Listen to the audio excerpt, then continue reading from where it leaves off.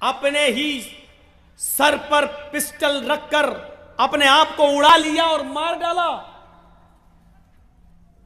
और उस वक्त की कोड ने कहा था, अगरचे हिटलर का जुर्म इतना बड़ा है कि उसको कई लाख बार मारा जाए और कई लाख बार जिंदा किया जाए और कई लाख बार मारा जाए, इसके बावजूद हिटलर की सजा पूरी नहीं हो सकती है। लेकिन हम बेबस हैं, किसी को एक ही मौत दे सकते हैं, बार बार नहीं। यह है दुनिया की कोर्ट और दुनिया की अदालत की कमजोरी। यह है दुनिया की कोर्ट और दुनिया की अदालत की बेबसी कि एक कोर्ट और अदालत जो इंसाफ के लिए बनाई गई है वो सिर्फ एक ही बार किसी को फांसी दे सकती है। माफ कीजिए, यहां तो एक शख्स वो है जिसने कई लड़कियों के साथ बलात्कार किया और उनको कत्ल करके मार डाला। जरा बताइए कि कश्मीरी पंडितों को मारने वाले और उनको कत्ल करने वाले और घरों से निकालने वालों की क्या सजा मुतय्यन की जा सकती है? ज्यादा से ज्यादा यह कि उनको पकड़ा जाए और एक बार उनको फांसी दे दी जाए। बताओ, गुजरात के कातिल के लिए कौन सी सजा मुतय्यन की जाए जिसने हजारों लोगों का कत्लेआम किया? ज्यादा से ज्यादा इतना कि उसको कोर्ट सजाए मौत सुना दे और एक बार उसको कत्ल कर दिया जाए या सजाए मौत दे दी जाए। बताइए, आसाम के अंदर 10,000 मुसलमानों का कत्लेआम करने वाले को अगर कोर्ट सजा सुनाएगी तो ज्यादा से ज्यादा इतनी कि इसको उठाओ और फांसी के फंदे पर लटका दो। लेकिन यहां तो 10,000 लोगों का कत्लेआम है, 10,000 लोगों का कत्लेआम। क्या आप किसी को पूरी पूरी सजा दे सकते हैं? नहीं दे सकते हैं। इसीलिए कुरान की तीसरी आयत मैंने आज पढ़ी है, मालिक यौमिद्दीन, कयाम वो मालिक है बदले के दिन का पूरा, यानी वो कयामत के दिन पूरा का पूरा बदला देगा। अगर आपने 100 आदमियों को मारा है, 100 आदमियों का कत्ल किया है, तो आपको दुनिया में एक बार कत्ल करके एक आदमी के कत्ल की सजा दे दी गई है। 99 आदमियों की कत्ल की सजा भी बाकी है, जो आपको कयामत के दिन अल्लाह रब्बुल आलमीन की अदालत से मिलेगी। दुनिया में कोई इंसान ऐसा नहीं है, कोई अदालत ऐसी नहीं है जो हमारे अच्छे कामों का पूरा बदला दे दे और हमारे गुनाहों की पूरी सजा दे दे। दुनिया में ऐसी अदालत है ही नहीं। इसलिए मानना पड़ेगा कि एक दिन आएगा फैसले का। ज़ालिका यौमुल फ़स्ल, आज फैसले का दिन है। आज पूरा का पूरा बदला दिया जाएगा, पूरा का पूरा इंतकाम आज इंसान को मिलेगा। ताकतवर जानवर ने कमजोर जानवर को मारा, उस कमजोर जानवर को भी आज इंसाफ मिलेगा। वो एक छोटा सा बच्चा जो मां के पेट में पल रहा है, अल्ट्रासाउंड पे चेक कराने के बाद पता चला कि ये लड़की है और 2 महीने का 3 महीने का वो हमल एबॉर्शन करके गिरा दिया गया, या कॉलेज में पढ़ने वाले लड़के और लड़कियों से कोई गलती हो गई और हमल ठहर गया, माँ बाप को पता ना चले, समाज को पता ना चले, किसी हॉस्पिटल में जाकर एबॉर्शन करा दिया। हमल ठहर जाने के बाद, चाहे वो जायज हो या नाजायज, हमल ठहर जाने के बाद उसको गिराना बहुत बड़ा जुर्म है, जुर्म अजीम है। याद रखिएगा, इस कमजोर मासूम सी जान को जो तुमने पेट के अंदर मार डाला, एबॉर्शन करा के खत्म कर दिया, आज इस बच्चे को भी इंसाफ मिलेगा। कयामत का दिन है। ये बच्चे को अल्लाह रब्बुल आलमीन जबान देगा, हाथ देगा, पैर देगा, नाक देगा, कान देगा, और कयामत के दिन ये छोटा सा बच्चा जिसको माँ के पेट में मार दिया गया, चाहे वो 15 दिन का हो, 1 महीने का हो, 1 हफ्ते का हो, 10 दिन का हो, 5 दिन का हो, हमल ठहर जाने के बाद आपने उस बच्चे को एबॉर्शन करा दिया, गिरा दिया, इसकात कर दिया, कयामत के दिन अल्लाह रब्बुल आलमीन इस बच्चे को जिंदगी देगा और ये बच्चा अपने माँ की पिस्तान से लटका हुआ आएगा। जा यौमल क़यामा व मुअल्लकुम बैन सदिया, ये बच्चा कयामत के दिन अपने माँ की दोनों पिस्तानों से लटका हुआ आएगा। अल्लाह रब्बुल आलमीन इस बच्चे से कहेगा, क्या तुम भी कुछ चाहते हो? तुम्हारा भी कोई मसला है, तुम्हारा भी कोई क्वेश्चन है? वो बच्चा अपने माँ की पिस्तान छोड़ेगा, यकूल, और अल्लाह से शिकायत करेगा, हाज़ी उम्मी क़तलतनी, अल्लाह ये मेरी माँ है जिसने दुनिया में मुझे मार डाला था। अल्लाह ये मेरी माँ है जिसने दुनिया में मुझे कत्ल कर दिया था।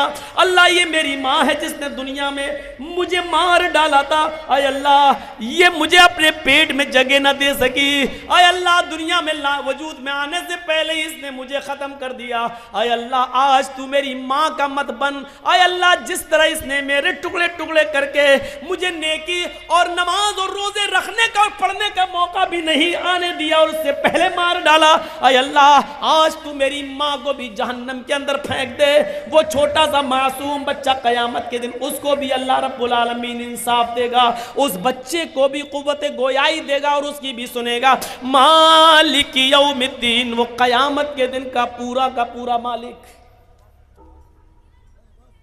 जोड़ दिया कुरान की इस आयत ने। बहुत आसानी के साथ हम लोग जाते नमाज में, इमाम साहब ने कहा अल्लाहु अकबर, हमने कह दिया अल्लाहु अकबर, इमाम साहब पढ़ दिए अल्हम्दुलिल्लाह रब्बिल आलमीन अर्रहमान अर्रहीम मालिक यौमिद्दीन इय्याका नअबुदु व इय्याका नस्तईन, और जैसे का गैरिल मग़ज़ूबि अलैहिम वलद्दाल्लीन, हमने कह दिया आमीन। एहसास नहीं हुआ कि क्या पढ़ दिया और क्या है? कल से पूरे 2 घंटे की तकरीर में अल्हम्दुलिल्लाह रब्बिल आलमीन और अर्रहमान अर्रहीम तक ही पहुंच पाया था और मालिक यौमिद्दीन तक नहीं चल पाया। आज मालिक यौमिद्दीन पर मैं आज बोल रहा हूं। तसव्वुर कीजिए कि क़यामत के दिन का पूरा मालिक होगा वो अल्लाह। सबका अदल और इंसाफ वहां मिलेगा।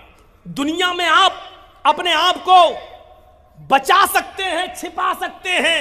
जर्जी साहब जज हैं मालदा की कोर्ट के, और जर्जी साहब का बेटा अगर कोई कसूर करके मुकदमा उस पर चला और वो केस जर्जी साहब की अदालत में आया, तो जर्जी साहब कानूनी किताबों से कोई ना कोई दांव पेच खेलकर पॉइंट निकाल कर अपने बेटे को किसी न किसी तरीके से जमानत दे देंगे। अपने बेटे के फेवर में कोई ना कोई कानून ढूंढ लेंगे। लेकिन याद कीजिए उस दिन कोई कानून तुम्हारा नहीं चलेगा। उस दिन बाप और बेटा सब आमने और सामने होगा, लेकिन कोई किसी की सिफारिश करने वाला नहीं होगा। जरा तसव्वुर कीजिए उस दिन का मंजर क्या होगा। अल्लाह रब्बुल आलमीन भी उस दिन कहेगा वम्ताजुल यौमा अय्युहल मुजरिमून, आए मुजरिमों आज के दिन तुम अलग हो जाओ।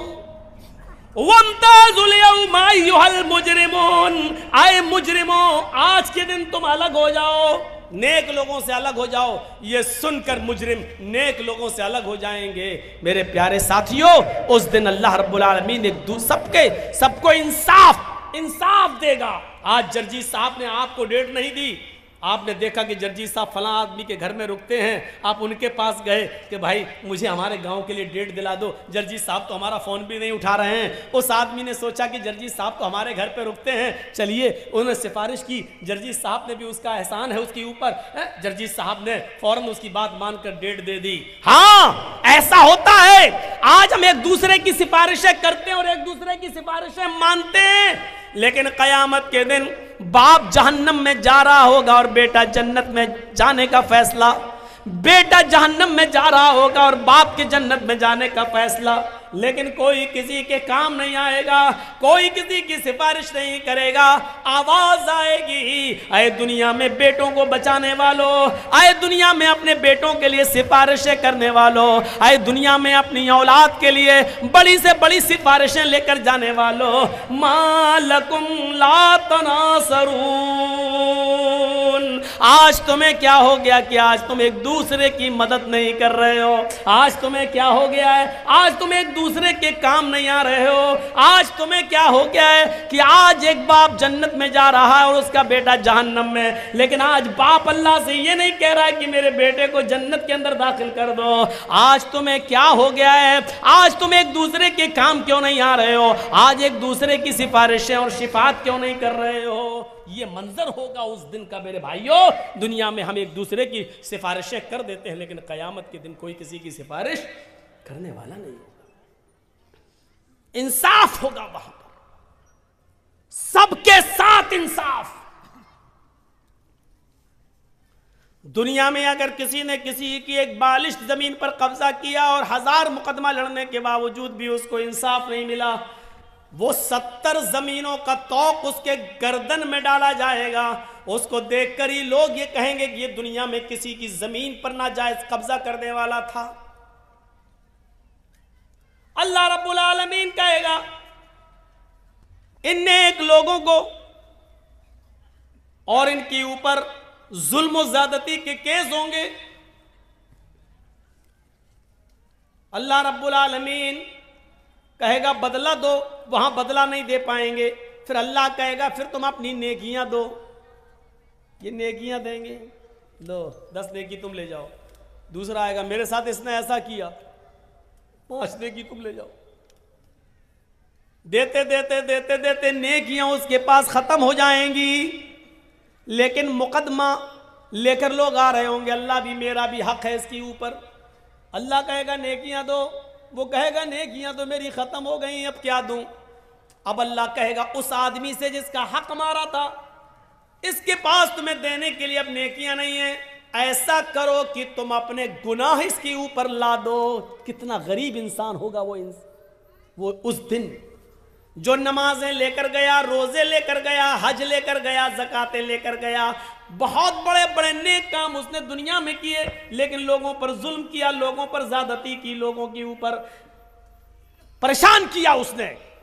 और क़यामत के दिन ये परेशान करने वालों को जब अल्लाह इंसाफ, परेशान होने वालों को जब इंसाफ दिलाएगा तो नेक लोगों की नेकियां खत्म होंगी और परेशान जिनको किया उनके मुकदमे अभी बाकी होंगे। फिर अल्लाह रब्बुल आलमीन ये कहेगा कि तुम अपने गुनाह इसके ऊपर डालो।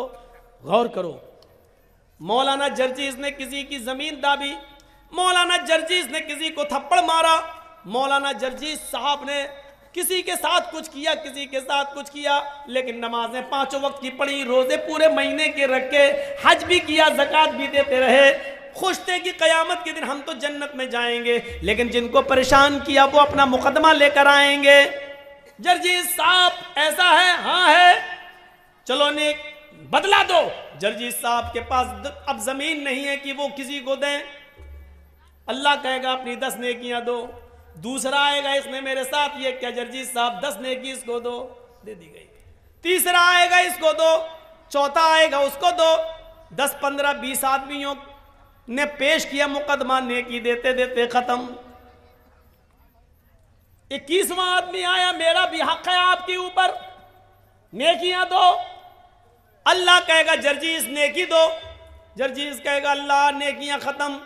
अल्लाह उस आदमी से कहेगा कि अपना गुनाह जर्जीस के ऊपर ला दो। जर्जीस उस वक्त कितना बदकिस्मत होगा, नेकियां तो बहुत लेकर गया लेकिन सब लुटा दी, दूसरों को दे दी। अब दूसरों की गुनाह उसके ऊपर ला दे जा रहे हैं।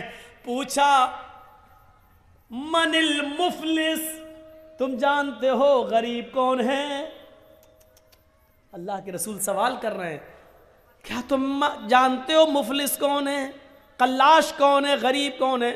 साहबा ने कहा जिसके पास मालो दौलत और दिरहम दीनार न हो। मल्ला दिरहमा वला दीनार अल्लाह, जिसके पास न दिरहम हो न दीनार हो, जिसके पास न सोना न चांदी हो, वो गरीब है।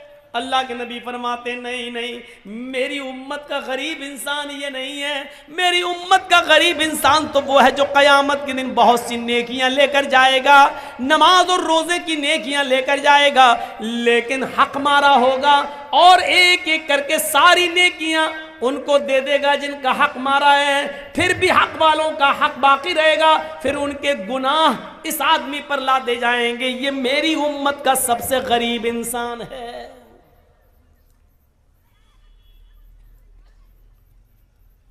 तसव्वुर कीजिए,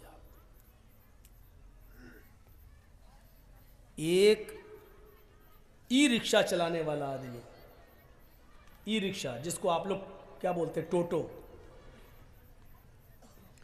मेहनत करता है और मेहनत करके उसने दिन भर टोटो चलाया और उसने 490 रुपए कमाए। एक मिसाल पर गौर कीजिएगा, उसने 490 रुपए कमाए। अब मार्केट में गया, कल ईद है, अब कपड़ा खरीदूंगा और सिलाऊंगा तो टाइम लगेगा। आज चांद हो गया, कल ईद है, चलो रेडीमेड पंजाबी खरीद लेता हूं। कलिया चक्के मार्केट में गया और एक रेडीमेड पंजाबी खरीदता है। उस पंजाबी की कीमत है 500 रुपए। उसके पास पैसे हैं 490 रुपए, लेकिन उसको 10 रुपए कहीं मिल गए। किसी आदमी के गिर गए थे, उसने उठा लिया और जानता है फला आदमी का रुपया गिरा है, लेकिन बताया नहीं। जमीन पर गिरी हुई चीज के भी आप मालिक नहीं हैं, इतना याद रखिएगा। अगर जमीन पर गिरी हुई कोई चीज आप को दिख जाए तो शरीयत का मसला यह है कि देख लिया, गुजर जाओ, उठाना नहीं। और अगर उठा लिया तो अब आपकी जिम्मेदारी है कि 1 साल तक उस चीज का आप ऐलान करेंगे, अनाउंसमेंट करेंगे कि अगर किसी की कोई चीज गिर गई है तो वो हमसे राब्ता कायम करे। कितने दिनों तक? 1 साल तक।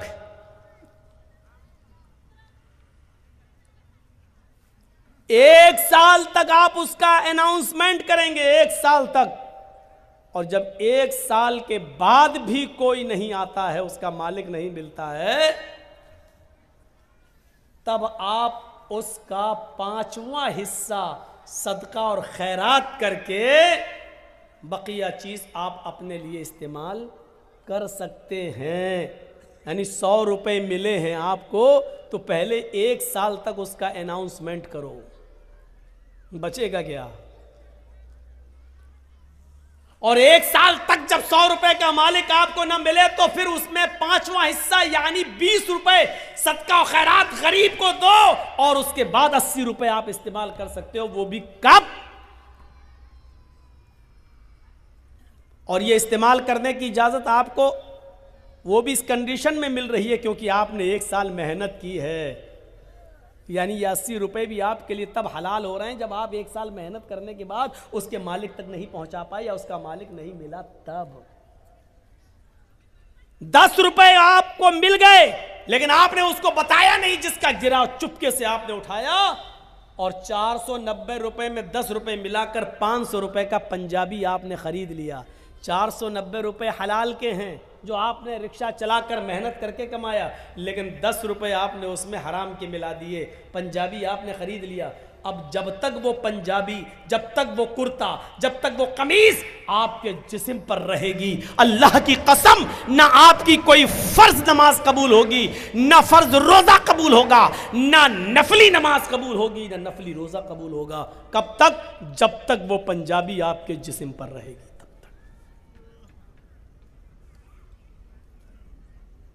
अब सोचिएगा 490 हलाल के हैं, 10 ही उसमें मिलाए थे हमने, तो वो कमीज हमारे लिए हराम हो गई। और कलिया चक के चौराहे पर, चौरंगी पर खड़े होकर जो लॉटरी के टिकट बिकते हैं, वो एक टिकट खरीद लीजिए और अचानक धूल में लाठी लग जाए और 1 लाख, 2 लाख, 5 लाख, 10 लाख रुपए आपको मिल जाएं। जब 490 हलाल के रुपए में 10 रुपए मिला रहे हैं तो सब हराम, तो 1-2 लाख रुपए प्योर सूद के जो आपको मिल रहे हैं बगैर मेहनत के, वो आपके लिए हलाल कहां से हो गए? और एक मामले में आपका सुल्तानगंज भी बदनाम है, कलिया चक भी बदनाम है, मौजमपुर भी बदनाम है, लखीपुर भी बदनाम है, और इस इलाके के अक्सर गांव बदनाम है, चाहे वो बस्टम नगर हो या 16 माइल, सब बदनाम है। क्या हो? आईपीएल में सट्टा लगाना। और अभी शुरू होने वाले हैं आईपीएल मैच, एक एक बॉल पे सट्टा लगता है, एक एक बॉल पर। ये इतने विकेट ले लेगा, नहीं लिया तो इतना मेरा, ले लिया तो उतना तेरा, ये टीम जीतेगी, एक एक बॉल पर सट्टा लगता है कि दूसरे नंबर पर बॉल जो जाएगी उसमें छक्का लगेगा, उसमें चौवा लगेगा। ये हमारे अंदर ये चीजें आ कहां से गई?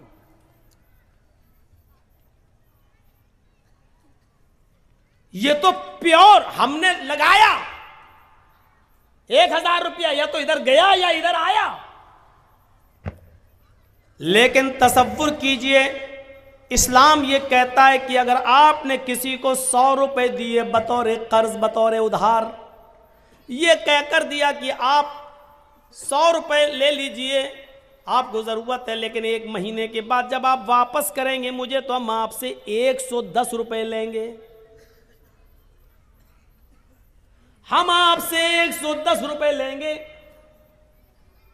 और आपने 1 महीने के बाद 110 रुपए उससे ले लिए,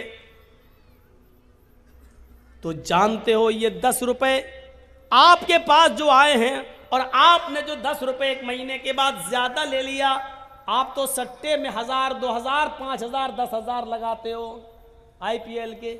यहां तो आपने किसी की मदद की है और उस मदद के जरिए उसने 100 रुपए में कमाया और 1 महीने के बाद 110 दे दिया। वो 10 रुपए जो आपके पास ज्यादा आ रहे हैं, उस 10 रुपए के बारे में अल्लाह के नबी क्या फरमाते हैं, सुनिए, अपने माजा की रिवायत है, दिरहमु रिबा याकुलुहु रजुलु वहुवा यालम। सूद का और ब्याज का 1 दिरहम खाना, हम तो 10 रुपए ज्यादा बता दिए, 1 रुपया भी सूद और ब्याज का खाना। अब सही आया मैं। IPL का सट्टा लगाने वालों गौर से सुनना, कल या चक्की चौरंगी पर खड़े होकर लॉटरी के टिकट खरीदने वालों गौर से सुनना, बैंकों में लाखों रुपए जमा करने के बाद सेविंग अकाउंट में सूद बढ़ जाता है, और सेविंग अकाउंट से सूद लेकर खाने वालों गौर से सुनना, सूदी कारोबार करना, सूद पर रुपया देना, और हर महीने 10%, 5% उससे सूद वसूल करना। अगर हम लोग ऐसा कर रहे हैं तो ये लोग भी सुने। अल्लाह के नबी सल्लल्लाहु अलैहि वसल्लम फरमाते हैं कि याकुलुहुर दिरहमु रिबा याकुलुहुर रजुलु वहुवा यालम। सूद का, ब्याज का, हराम का 1 लुकमा, 1 दिरहम खाना, 1 रुपया खाना, इस हाल में कि तुम जानते हो कि ये हराम है, ये जानते हो कि ये मेरी मेहनत की कमाई नहीं है। अशद्दु मिन सित्तिन व सलासीन ज़नियतन, 36 मर्तबा जिना करने से भी ज्यादा सख्त है। कैसा लग रहा है? सूद और ब्याज का 1 रुपया खाना, जिसके बारे में अल्लाह के नबी फरमाते हैं कि 36 मर्तबा जिना करना। ओह, जिना, जिस काम को हम सबसे ज्यादा गंदा समझते हैं, किसी की माँ, बहन, बेटी के साथ हम जिना करें, और 1 बार नहीं 36 बार जिना करना। अल्लाह के नबी फरमाते हैं 36 बार, 36 मर्तबा जिना करने से भी बड़ा और सख्त है ये काम, यानी सूद का और ब्याज का 1 रुपया खाना। और बुलाओ मौलाना जर्जीस को, इससे तो अच्छे हमारे यहाँ के मौलवी है, कम से कम ये सब तो नहीं बोलते। सब बोलते हैं, बोलने का अंदाज अलग अलग होता है। ये अलग बात है कि आप अपने इलाके के उलमा की बात एक कान से सुनते हैं, दूसरे कान से उड़ा देते हैं। क्यों? घर की मुर्गी दाल बराबर।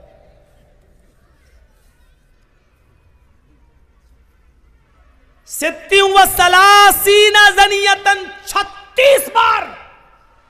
रूह कांप जाएगी, रूह। कहां हैं हम? एक हदीस के अंदर तो यहां तक अल्लाह के नबी सल्लल्लाहु अलैहि वसल्लम ने फरमाया, अर्रिबा इस्नान व सबऊन बाबन, ऐसरुहा अय्यन के हर रजुलु उम्महू। सूद के, ब्याज के, हराम माल खाने के 72 दरवाजे हैं। स्नान 2, सबून 70, 70 और 2 कितने हो गए? 72। अल्लाह के नबी क्या कहते हैं? और रिबा इस्नान व सबऊन बाबन, सूद के और ब्याज खाने के 72 गेट हैं, 72 दरवाजे हैं, 72 गेट्स।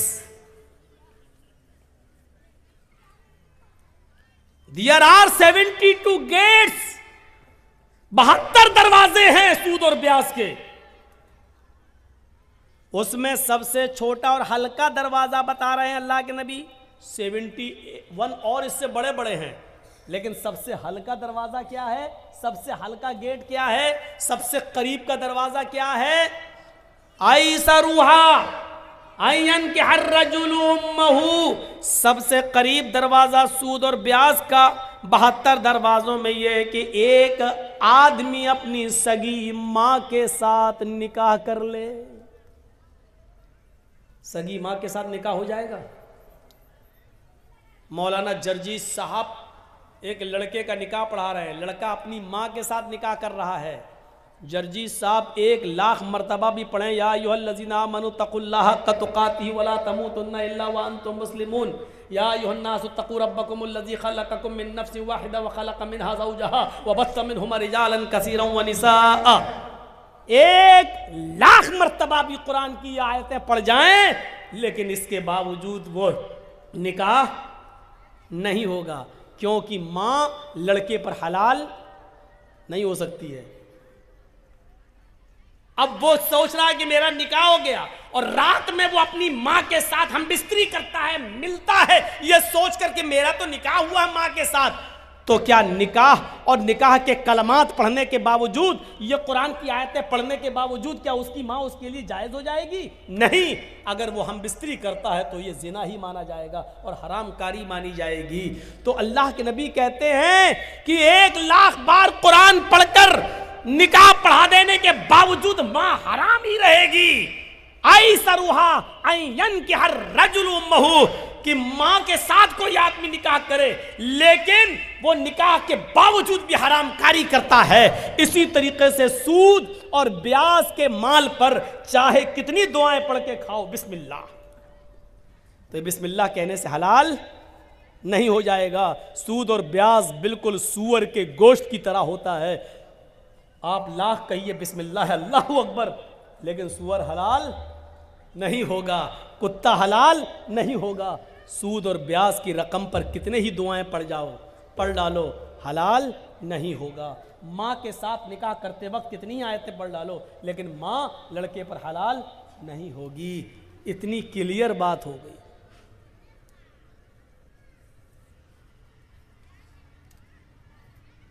याद करिएगा, या अय्युहल्लज़ीना आमनू तक़ुल्लाह वज़रू मा बक़िया मिनर रिबा। आए ईमानो वालो, जो तुमने माल दिया है असल लागत पर और जो बढ़ गया है उस बढ़े हुए माल को छोड़ दो। वज़रू मा बक़िया मिनर रिबा, अल्लाह से डरो और बढ़ा हुआ माल हर हाल में छोड़ दो, हर हाल में छोड़ दो, उसको किसी भी कीमत पर मत लो। ये कुरान कह रहा है, उसको किसी भी कीमत पर मत लो। फ़इल्लम तफ़अलू फ़अज़नू बिहर्बिम मिनल्लाहि व रसूलिही, अगर तुम बढ़े हुए माल को लेने से नहीं रुकते हो, अगर तुम जायद माल उससे नहीं बचते हो, सूद और ब्याज खाना नहीं छोड़ते हो, फ़अज़नू बिहर्बिम मिनल्लाहि व रसूलिही, तो अल्लाह और उसके रसूल से जंग लड़ने के लिए तैयार हो जाओ, अल्लाह और उसके रसूल से युद्ध लड़ने के लिए तैयार हो जाओ। दुनिया में किसने अपनी माँ का इतना दूध पिया है जो अल्लाह से लड़ सके और उसके रसूल से लड़ सके? दुनिया में ऐसा कौन सा माँ का बेटा है जिसने अपनी माँ का इतना दूध पिया है कि वो अल्लाह रब्बुल आलमीन से जंग कर सके और जीत जाए, अल्लाह रब्बुल आलमीन का मुकाबला कर ले? मेरे प्यारे साथियों, तसव्वुर करो, फ़अज़नू बिहर्बिम मिनल्लाहि व रसूलिही, ये अल्लाह फरमा रहा है, कुरान की आयत है कि सूद खाने वालों, जायद माल खाने से बच जाओ, उसको छोड़ दो, किसी भी कीमत पर उसको अपने ऊपर इस्तेमाल मत करो। वो जो पड़ा हुआ सूद है वो आप ना अपने ऊपर इस्तेमाल कर सकते हैं, ना अपने बीवी बच्चों पर इस्तेमाल कर सकते हैं। अरे उस बड़े हुए सूद को मस्जिद के चंदे में देने में भी इस्तेमाल नहीं कर सकते हो। अगर कोई ये कहे कि दे दो हम मस्जिद की लैट्रीन बना लेंगे, तो बड़ा हुआ सूद मस्जिद के पेशाब खाने और इस्तंजा खाने और लैट्रीन बनाने के भी काम में नहीं आ सकता है। आप बड़े हुए सूद को मस्जिद के लैट्रीन और पेशाब और पायखाने के काम में भी इस्तेमाल नहीं कर सकते हैं, उस चीज में भी नहीं लगा सकते हैं। उस बड़े हुए सूद को आप अगर बैंक से लेते हैं तो जेल के आम कैदियों को जेल से छुड़ाने के लिए आप इस्तेमाल कर सकते हैं, आम शाहराह पर खर्च कर सकते हैं। जैसे कोई रोड है खराब है, उस पर हिंदू मुसलमान सिख ईसाई सब गुजरता है, उससे सबको फायदा होता है, ऐसी जगह पर आप इस्तेमाल कर सकते हैं। लेकिन जो सिर्फ मुसलमान जिससे फायदा उठाएं वहां आप इस्तेमाल नहीं कर सकते हैं। अब आप गौर कीजिए, मस्जिद की लैट्रीन और पेशाब और पायखाना तक अगर उस पैसे से नहीं बन सकता और जायज नहीं है, वो माल आप अपनी औलाद को और अपनी बीवी को और अपने बच्चों को खिलाते हो। शर्म आनी चाहिए हमें और आपको, शर्म। ऐसा सब कुछ करने के बाद और हम ये उम्मीद रखें कि कयामत के दिन हमें इसका हिसाब नहीं देना होगा। मालिक यौमिद्दीन, वो कयामत के दिन का मालिक है, एक एक चीज पर नजर रखे हुए हैं। आप छिपाना चाहोगे तो ये जमीन खुद बोल देगी कि अल्लाह, इसने मेरे सीने पर खड़े होकर यहाँ सूद खाया था, ये चौरंगी थी, यहाँ से इसने लॉटरी का टिकट लिया था, आय अल्लाह इसने फला IPL इंडिया और पाकिस्तान की टीम में इतने इतने रुपए इसने सट्टे में लगाए थे। ये जमीन खुद गवाही देगी। इज़ा ज़ुल्ज़िलतिल अर्ज़ु ज़िल्ज़ालहा व अख़रजतिल अर्ज़ु अस्क़ालहा व क़ालल इंसानु मा लहा। जमीन अपने अंदर के सारे सीने को, सारे खजाने को बाहर निकाल देगी।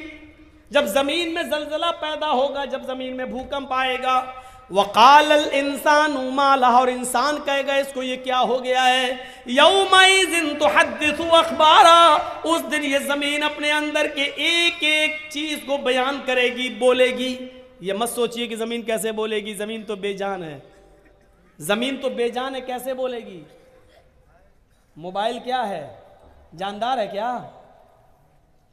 मोबाइल बोल रहा है कि नहीं बोल रहा है? रेडियो क्या है, बेजान है कि जानदार? बोल रहा है। टीवी क्या है, जानदार है या बेजान? बेजान, लेकिन बोल रहा है।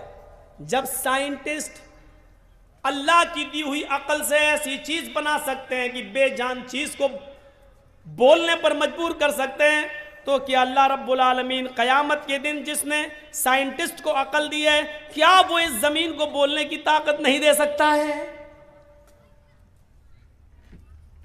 आज बेजान चीजें बोल रही हैं। बंदूक में कारतूस लगाओ और छोड़ो तो आज उसकी भी आवाज निकल रही है, बेजान चीज बोल रही है।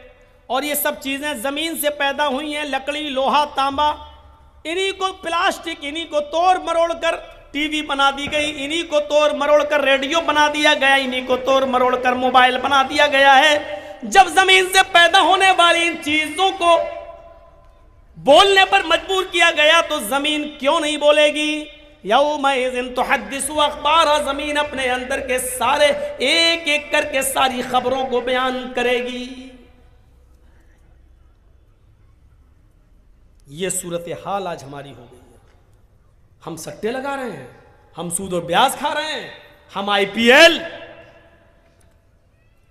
और ऐसे ही लोग कयामत के दिन सोचिए। बंगाल के किसी जलसे में था मैं, तकरीर खत्म हो गई।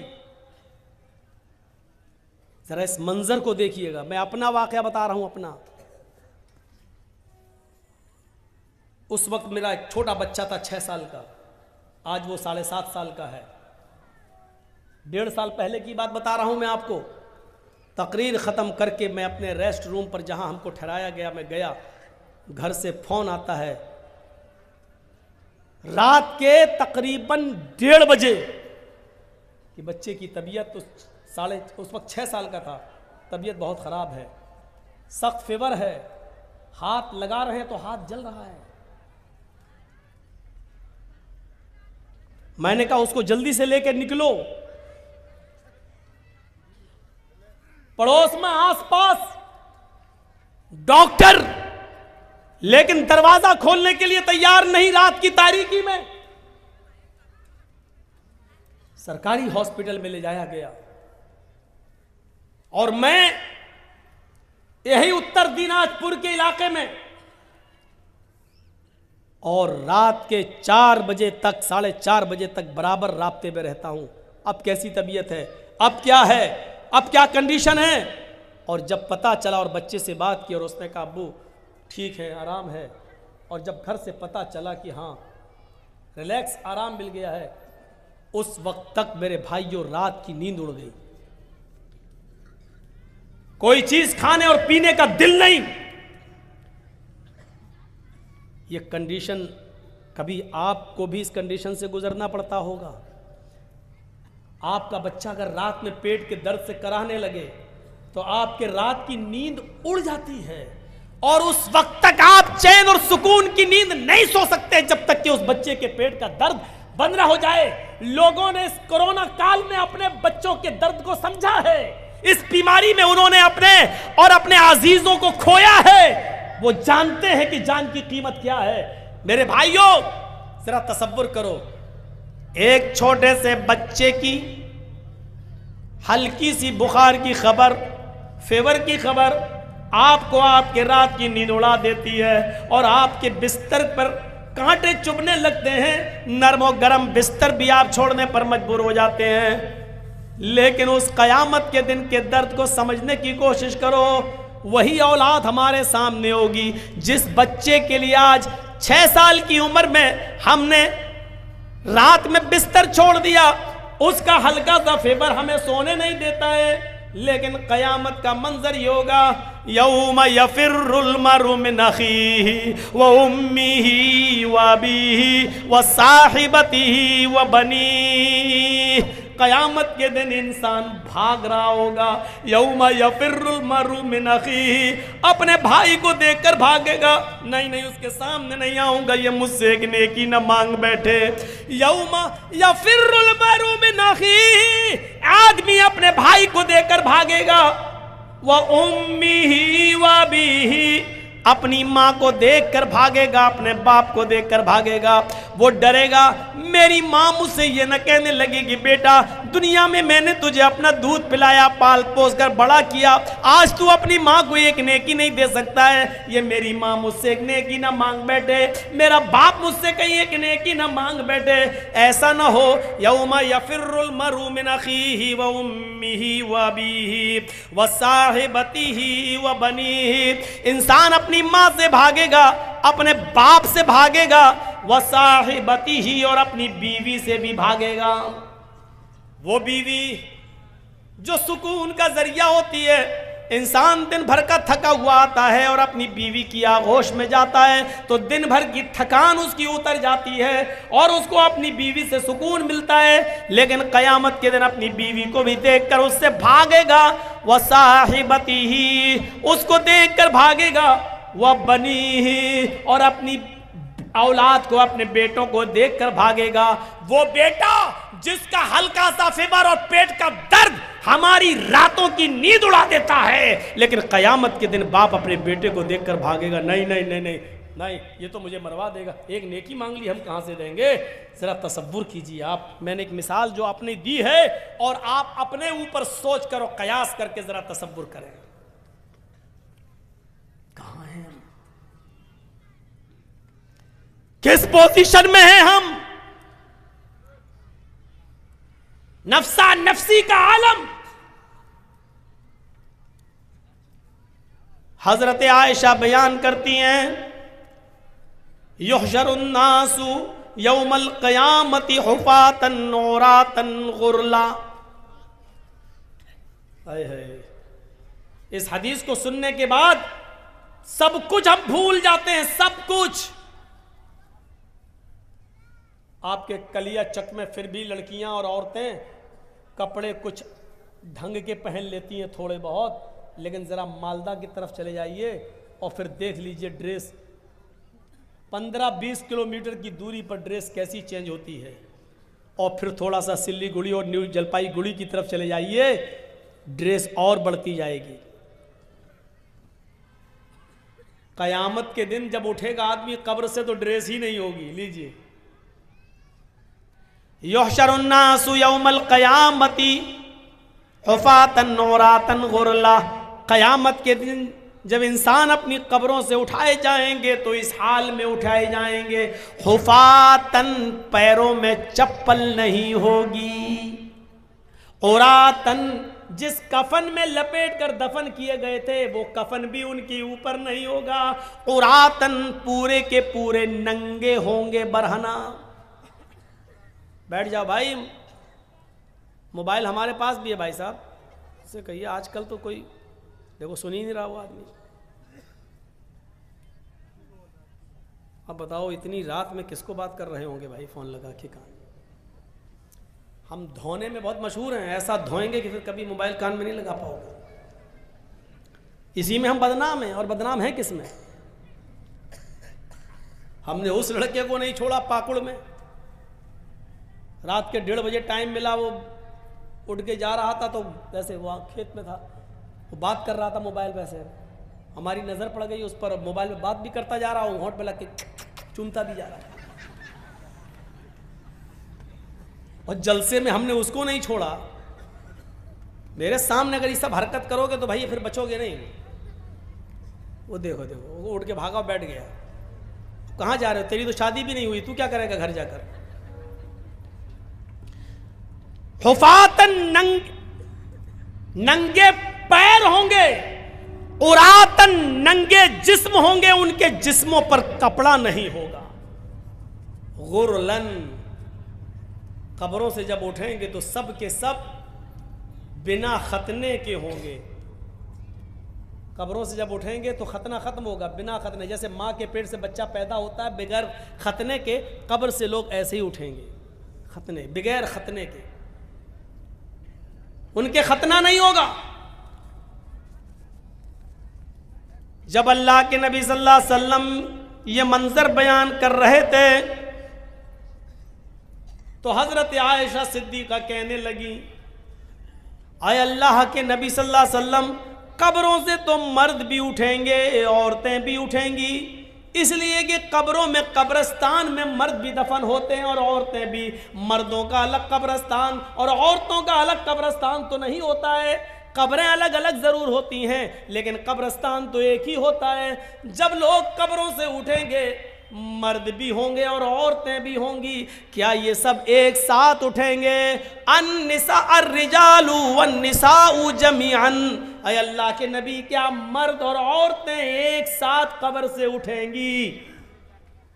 अल्लाह के नबी फरमाते हैं, हाँ ऐ आयशा, अर्रिजालु वन्निसाउ जमीअन, मर्द भी और औरतें भी दोनों एक साथ उठेंगी, दोनों एक साथ आएंगी, दोनों को एक साथ लाया उठाया जाएगा।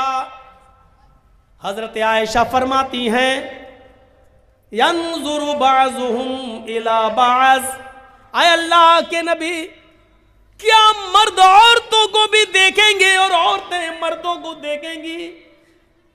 क्या जब कब्रों से लोग उठेंगे मर्द भी और औरतें भी, क्या वो दोनों एक दूसरे को देखेंगे? यंजुरु बाज़ुहुम इला बाज़, क्या मर्द औरतों को और औरतें मर्दों को देखेंगी? अल्लाह के नबी फरमाते हैं, हाँ ऐ आयशा, यंजुरु बाज़ुहुम इला बाज़, हाँ मर्द औरतों को और औरतें मर्दों को देख रही होंगी।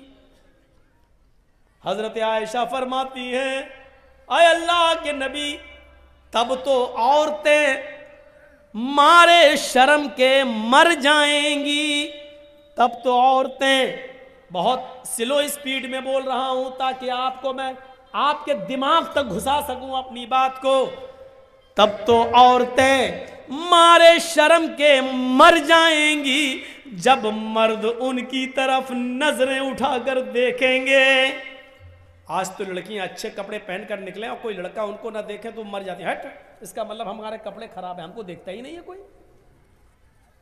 हजरत आयशा कह रही हैं तब तो औरतें मारे शर्म के मर जाएंगी जब मर्द उनकी तरफ नजरें उठा के देखेंगे। अल्लाह के नबी फरमाते हैं अल अम्रु अशद्दु मिन अयहुम्महुम, आयशा कोई मर्द किसी औरत पर और कोई औरत किसी मर्द पर शहवत की नजर डाल ही नहीं सकता, सेक्स की नजर नहीं डालेगा, इसलिए कि हर इंसान को अपनी फिक्र होगी, हर आदमी को अपनी अपनी पड़ी होगी। सूरज 1 मील के फासले पर पसीने में इंसान डूबा होगा, कोई टखने के बराबर, कोई पिंडली के बराबर, कोई घुटने के बराबर, कोई रान के बराबर, कोई कमर के बराबर, कोई सीने के बराबर और कोई उसी में डुबकियां मार रहा होगा। ऐसे हालत में कौन देखेगा किसकी तरफ? बुरी नजर से कौन देखेगा?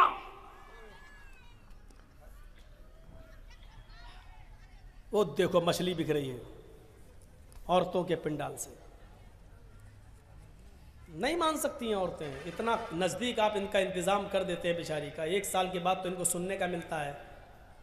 आज तो मौका मिला इनको सैंडल और चप्पल दिखाने का, साड़ी दिखाने का, और ये बेचारी जलसा सुनेंगी। और फिर दूसरा उर्दू वाला मौलाना, सुनिए तुम्हारे मतलब की बात कर रहा हूं। इंसान को किसी अहम चीज से जोड़ दो, इख्तिलाफ खत्म हो जाएगा, या इंसान को किसी खतरनाक चीज से बाखबर कर दो, इख्तिलाफ खत्म हो जाएगा। आज हम मरे मिटे जा रहे हैं एक दूसरे की जान लेने पर। यह एक रूल बता रहा हूं मैं आपको। मसलन किसी सड़क पर कुछ लोग गुत्थम गुत्था कर रहे हैं, लड़ रहे हैं, मारा पीटी, चप्पल अप्पल उठा रहे हैं, और अचानक उनके पास कोई आदमी चला जाए और कहने लगे कि साहब ये मेरे पास 100 गोलियां हैं, 100 कंचे, कंचे समझते हैं ना, 100 गोलियां हैं, 100 कंचे हैं, इसमें एक कंचा, एक गोली रेड कलर की है, लाल कलर, रेड कलर की है।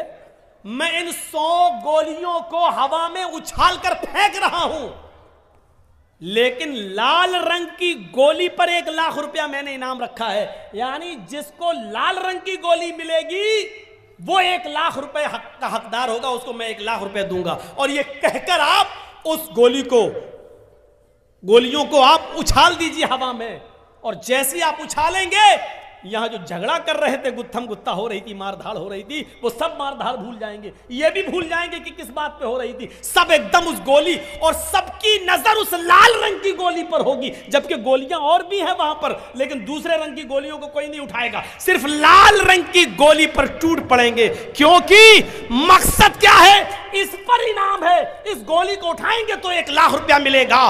दुनिया में बहुत से जंजालों में हम फंसे हुए हैं, हमारी नजर अगर जन्नत पर लग जाए कि हमें ये काम करेंगे तो जन्नत मिलेगी, अगर इसको जन्नत से जोड़ दिया जाए, जन्नत की नियामतों से, तो इंसान दुनिया में सारी बातें भूलकर, सारे झगड़े खत्म करके उस जन्नत को पाने की फिक्र करने लगेगा। जैसे एक गोली को पाने के लिए वो सारी गोलियां छोड़ देगा, उसी तरीके से जन्नत को पाने के लिए इंसान दुनिया की सारी मोहब्बत को कुर्बान कर देगा, लेकिन जन्नत को पाएगा। मेरे भाइयों, लेकिन उस जन्नत का नक्शा अच्छी तरीके से बताने वाला कोई हो, समझाने वाला कोई हो, माइंड में उतारने वाला कोई हो। आज क्या वजह है कि 100 गोलियां फेंकी जाती हैं और लाल रंग की गोली पर हमारी नजर होती है और गोलियां हम नहीं उठाते हैं?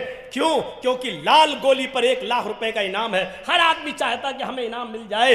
फिर क्या बात है कि नमाज पढ़ने पर जन्नत मिल रही है, रोजा रखने पर जन्नत मिल रही है, सूद और ब्याज और लॉटरी को छोड़ना, हराम कमाई को तर्क कर देने पर जन्नत मिल रही है। फिर क्या बात है कि हम उसको लेने के लिए दुनियावी चीजों को छोड़ नहीं पा रहे हैं और जन्नत को हासिल नहीं कर पा रहे हैं? मेरे प्यारे साथियों, वजह क्या है?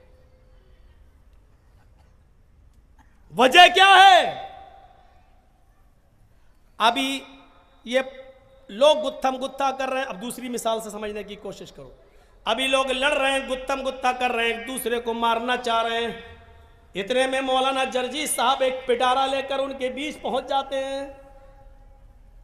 कहते सुनो, वो गए चुप हट, मारा पीटी हो रही है, वो इसके बाल पकड़ रहा है, वो उसको चप्पल मार रहा है। जर्जी साहब ने अपना पिटारा खोल दिया और पिटारे में से एक जहरीला सांप निकलता है और वहीं कूद जाता है, उछलता है।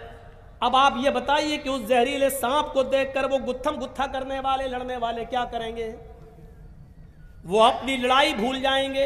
अरे जब तुम एक दूसरे को मार ही रहे थे तो सांप भी तो सबको मार नहीं आया है, फिर तुम लड़ाई छोड़ के क्यों भाग रहे हो? वो तो तुम्हारा ही काम करने आया है, लेकिन लड़ाई लड़ने वाले एकदम अलग हट जाएंगे, भागेंगे। अब हर आदमी को अपनी जान की फिक्र होगी। वो अब उसको मारना छोड़ देगा, वो इसको मारना छोड़ देगा, वो इधर बचेगा, वो उधर बचेगा। क्या? नहीं नहीं नहीं नहीं मेरे प्यारे साथियों, इस दुनियावी झमेलों में बहुत कुछ है। अगर उनके सामने अजाब जहन्नम का तस्करा कर दिया जाए और जहन्नम के अजाब को बता दिया जाए कि ऐसा करोगे तो ये अजाब, ये करोगे तो ये अजाब, फिर इंसान दुनिया में फिर किसी को बर्बाद न करे, फिर अपने आप को जहन्नम से बचाने की फिक्र करने लगेगा। लेकिन शर्त यह कि जहन्नम का मंजर बताने वाला कोई होना चाहिए और माइंड में उतारने वाला होना चाहिए। जर्जी साहब मिसाल तो बड़ी अच्छी दे रहे हैं, लेकिन समझने वाला भी तो होना चाहिए। समझा कहां रहे हैं? आईपीएल में सट्टा लगाने वालों को समझा किसको रहे हो? कैरम बोर्ड खेलने वालों को समझा किसको रहे हैं आप? लॉटरी का टिकट खरीदने वाले और सूद और ब्याज खाने वालों को। मेरे भाइयों, नहीं असर पड़ता है। जिस तरह बारिश हो और किसी पहाड़ी के ऊपर बारिश हो और पहाड़ चिकना हो तो पानी बह जाता है, पहाड़ अपने अंदर जज्ब नहीं करता। आज वो चिकने पहाड़ हो चुके हैं, हम तकरीर कर रहे हैं, लेकिन यहां से निकलेंगे हमारी हालत वही होगी। हर इंसान को फिक्र होनी चाहिए अपनी, हर इंसान को फिक्र होनी चाहिए जहन्नम से बचने की। हर इंसान को फिक्र होनी चाहिए अपने आप को बचाने की। शायद आपको याद होगा, और ना याद हो तो मैं आपको लेके चलता हूं सन 1979 की तरफ। आइए थोड़ी सी हिस्ट्री की बात भी कर लेते हैं। सबसे पहला स्काई लैब अमेरिका ने फिजा में छोड़ा था। सबसे पहला स्काई लैब आसमान की बुलंदियों की तरफ अमेरिका ने छोड़ा था। सन 1979 के अंदर, सन 1979 के अंदर 79 में अमेरिका ने पहला स्काई लैब छोड़ा था, जिसका वजन, जिसका वेट 80 टन था। 80 टन। आसमान की काफी बुलंदियों पर पहुंचने के बाद स्काई लैब ने अपना कनेक्शन मुनक़ता कर लिया। दुनिया के जिस सिस्टम से स्काई लैब आसमान की बुलंदियों पर जा रहा था, उस सिस्टम से वो कट जाता है। यानी स्काई लैब पर इस सिस्टम का कंट्रोल खत्म हो जाता है। अमेरिका ऐलान करता है स्काई लैब से हमारा कंट्रोल खत्म हो चुका है। अब 80 टन का स्काई लैब जमीन के किसी भी हिस्से में गिर सकता है, किसी के भी ऊपर गिर सकता है, वो जमीन के किसी भी हिस्से में आ सकता है। यकीन मानिए 79 को जब ये ऐलान किया जा रहा है, इंडिया भी, पाकिस्तान भी, बांग्लादेश भी, नेपाल भी, यूरोप भी, एशिया भी, हर आदमी परेशान था, हर मुल्क परेशान था। या 80 टन का स्काई लैब जब गिरेगा तो क्या हाल होगा? हर आदमी की रात की नींदें उड़ गई थी, हर मुल्क बेचैन था कि ये गिरेगा जमीन के ऊपर तो क्या होगा। मेरे भाइयों, वो जाना चाहे तो छिपे कहां, क्योंकि स्काई लैब उधर भी गिर सकता था। मेरे भाइयों, एक स्काई लैब के आसमान से, सिस्टम से मुनक़ता हो जाने की खबर को सुनकर पूरी दुनिया बेचैन हो जाती है। एक 80 टन के स्काई लैब को, उससे रिश्ता मुनक़ता हो जाने के बाद दुनिया की नींद उड़ जाती है कि स्काई लैब अगर हम पर, हमारे बच्चों पे गिर गया तो क्या होगा। मेरे भाइयों, तसव्वुर कीजिए कि जब एक हल्की सी खबर हमारी रात की नींद उड़ा देती है, तो इस खबर के आगे हमारी नींदें कितनी उड़नी चाहिए कि यवद्दुल मुजरिमु लौ यफ्तदी मिन अज़ाब यौमइज़िन बिबनीही व साहिबतिही व अखीही व फसीलतिही अल्लती तुबीही सुम्मा युंजी। क़यामत का दिन होगा, इंसान एक दूसरे के सामने होगा, लेकिन मुजरिम उस दिन ये चाहेगा लौ यफ्तदी मिन अज़ाब यौमइज़िन बिबनी, आज मेरा बेटा जहन्नम में चला जाए लेकिन मैं जन्नत में चला जाऊं। कितनी बड़ी खबर है। कुरान पढ़ते हो, अभी रमजान का महीना आ रहा है, तरावी होंगी, सुन लेना। एक कारी साहब आएंगे और अलिफ लाम मीम के अलिफ से शुरू करके 18, 20, 25 एक महीने में कुरान खत्म कर देंगे। या लमून तालमून के अलावा हमारी समझ में कुछ नहीं आएगा। एक तरफ कुरान ये भी सुन लिया, लेकिन एक तरफ ये भी सुनो, लौ यफ्तदी मिन अज़ाब यौमइज़िन बिबनी, जिस बच्चे का फीवर और खांसी और पेट का दर्द हमें सोने नहीं देता था, लेकिन कयामत के दिन हम मुजरिम हैं, लेकिन हम चाहेंगे कि मेरा बेटा जहन्नम में चला जाए लेकिन मैं बच जाऊं। अय अल्लाह मेरे बेटे को ले ले। लौ यफ्तदी मिन अज़ाब यौमइज़िन बिबनी, फिदिये में ले ले। अय अल्लाह मेरा बेटा ले ले, जहन्नम में डाल दे, मुझे छोड़ दे। वह साहिबती वो बनी, एक रात जिस औरत के बिना नहीं रह पाते, आय अल्लाह मेरी बीवी ले ले और जहन्नम में डाल दे, लेकिन मुझे छोड़ दे। अल्लाह मुझे बचा ले, अल्लाह मेरी बीवी को ले ले। वाखी, ये मेरा भाई है, इसका बाप मेरा बाप एक है, इसकी माँ मेरी माँ एक है, इसकी रगों में मेरे बाप का मेरी माँ का खून दौड़ रहा है, मेरी रगों में भी मेरे बाप माँ का खून दौड़ रहा है। भाई भाई के लिए जान देने को कुर्बान होता दुनिया में, लेकिन कयामत के दिन वो भाई कहेगा अल्लाह ये मेरा भाई है, इसको तू जहन्नम में डाल दे लेकिन मुझे छोड़ दे। अय अल्लाह इसको जहन्नम के अंदर फेंक दे लेकिन मुझे छोड़ दे। अल्लाह इसको डाल दे, मुझे छोड़ दे। और आगे वाला जुमला, वो फसीलतिहिल्लती तुवी, अल्लाह ये मेरा खानदान है, ये मेरे चचा, ये मेरे बाबा, ये मेरे काका, ये मेरे नाना, ये मेरे दादा, अय अल्लाह ये मेरा खानदान है, ये पूरा का पूरा कुंबा, पूरा का पूरा कबीला, पूरा का पूरा गांव, पूरा का पूरा खानदान तू ले ले, इनको जहन्नम में डाल दे। सुम्मा युंजी, उसे निजात दे दे, उसे बख्श दे, उसको जन्नत में डाल दे, सबको जहन्नम में फेंक दे। कितना बड़ा स्काई लैब है ये, एक हल्का सा स्काई लैब 80 टन का, अमेरिका और इंग्लैंड, बर्तानिया, मिस्र, जापान और फ्रांस, इजराइल, अरब, Europe, Asia, India, Pakistan, Sri Lanka और बांग्लादेश सबकी नींद उड़ा रहा है कि कहीं हमारे सर पे ना गिर जाए। मेरे भाइयों, कभी आपने सोचा है कि जहन्नम का अजाब कहीं हमारे सर पे ना आ जाए? कभी आपने सोचा है कहीं हमें को जहन्नम का अजाब ना मिले, कहीं मिल जाए? हम तसव्वुर करें कि कहां हैं। फिक्र की हमने? कुरान कहता है या युहल्लज़ीना मनु कु अनफुसकुम व अहलीकुम नारा, आई मानो वालों तुम अपने आप को भी जहन्नम से बचाओ और अपने बच्चों को भी जहन्नम से बचाओ। अपने आप को भी जहन्नम से बचाओ और अपने बीवी बच्चों को भी जहन्नम से बचाओ। कितने लोग हैं जो अपने आप को और अपने बीवी बच्चों को जहन्नम की आग से बचा रहे हैं। दुनिया की तगोदो में और चाहत में हमने अपने आप को बर्बाद कर लिया है, लेकिन हम जानते हैं कि हमें मिलेगा उतना ही जितना हमारी किस्मत के अंदर है। हम उससे ज्यादा नहीं पा सकते हैं, नहीं मिल सकता है हमें उससे ज्यादा, हम पा ही नहीं सकते हैं। यहां इंसानों की हालत यह है, आपको 20 साल पुराना एक वाकया सुनाऊं।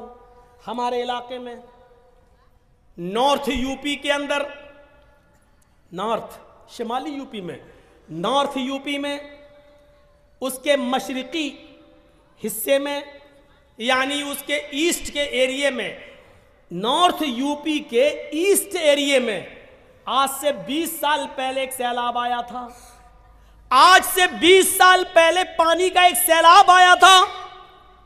वो सैलाब इतना खतरनाक था, वो बाढ़ इतनी खतरनाक थी। जरा गौर से सुनना इधर, ये सब हम जहन्नम की तरफ आपको लेकर चल रहे हैं। अभी मालिक यौमिद्दीन ही की तरफ हम चल रहे हैं। अभी इय्याका नअबुदु व इय्याका नस्तईन का नंबर नहीं आया, इहदिना सिरातल मुस्तकीम का नंबर नहीं आया, सिरातल लज़ीना अनअमता अलैहिम का नंबर नहीं आया। अभी मालिक यौमिद्दीन के ऊपर भी अगर हम से बुलवाया जाए तो इसी जगह पर जलसा कराया जाए और रोजाना 2-2 घंटे की तकरीर कराई जाए, तो हम जैसे लोग सिर्फ मालिक यौमिद्दीन के ऊपर 3 महीने बोल सकते हैं। इय्याका नअबुदु व इय्याका नस्तईन का नंबर नहीं। हम जैसे कम इल्म और कम पढ़े लिखे लोग 3 महीना जब इसी पर बोल सकते हैं तो जो बहुत ज़्यादा काबिल और पढ़े लिखे उलमा है वो कितना ज़्यादा बोल सकते हैं। लेकिन हम इतना ज़्यादा वक्त आपका नहीं लेंगे। सिर्फ तसव्वुर कीजिएगा, इधर आप अपना दिमाग लगाइए, नॉर्थ यूपी के ईस्ट एरिया के अंदर पानी का एक सैलाब आता है और वो सैलाब इतना खतरनाक था कि कई लोगों को बहा कर ले गया, कई बच्चों को उसने पानी में गर्क कर दिया, मवेशी पानी में बह गए, जितने 4 पैर वाले जानवर थे, भेड़ बकरियां भैंसे गाय, पानी में बह गए और मारे गए।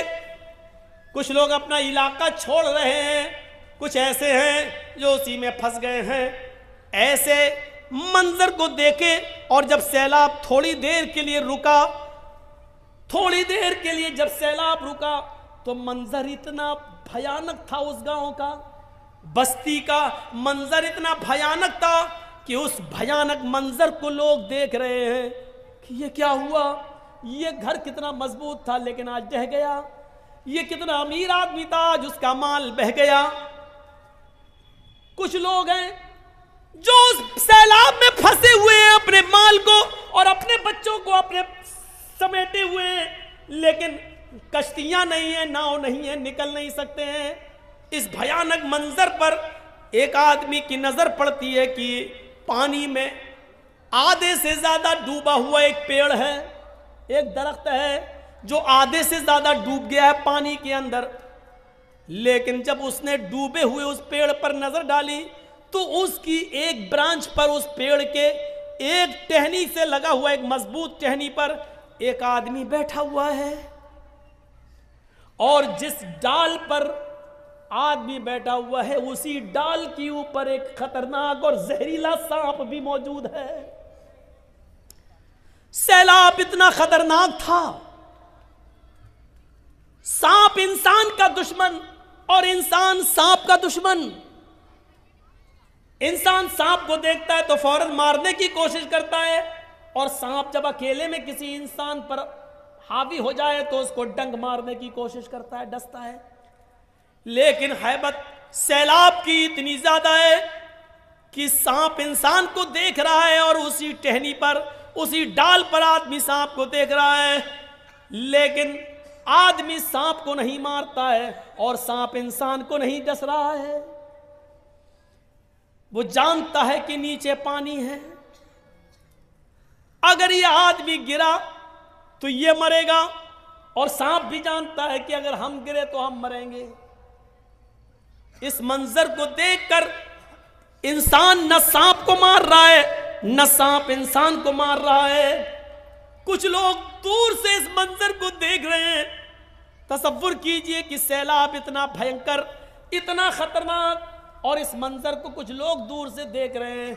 लेकिन ऐसे मंजर पर जहां सांप भी इंसान को डसने की कोशिश नहीं कर रहा है, यहां ऐसे दुनिया परस्त और दुनिया तलब लोग और कुत्ते के जानवरों जैसी सिफत रखने वाले लोग ऐसे भी थे जहां आए और इन लोगों से कहने लगे कि तुम सैलाब में फंसे हो, हम तुम्हारी मदद के लिए आए हैं, तुम अपना माल हमारे हवाले कर दो, हम इनकी हिफाजत कर लेंगे और जब तुम्हें इस मुसीबत से छुटकारा मिले तो हम तुम्हारा माल तुम्हें वापस कर देंगे।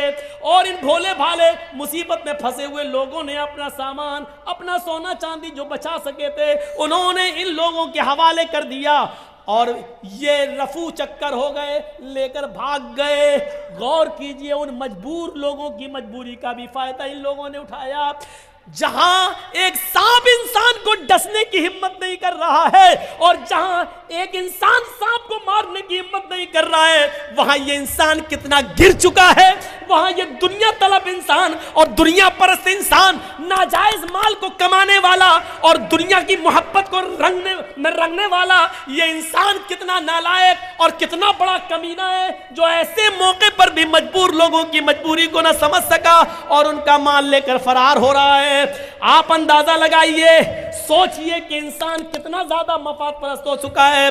ये सांप से ज्यादा जहरीला हो चुका है। सांप अपने जहर से इंसान को डसना छोड़ रहा है, लेकिन ये कमीना इंसान अपनी कमीनगी इंसान से नहीं छोड़ रहा है।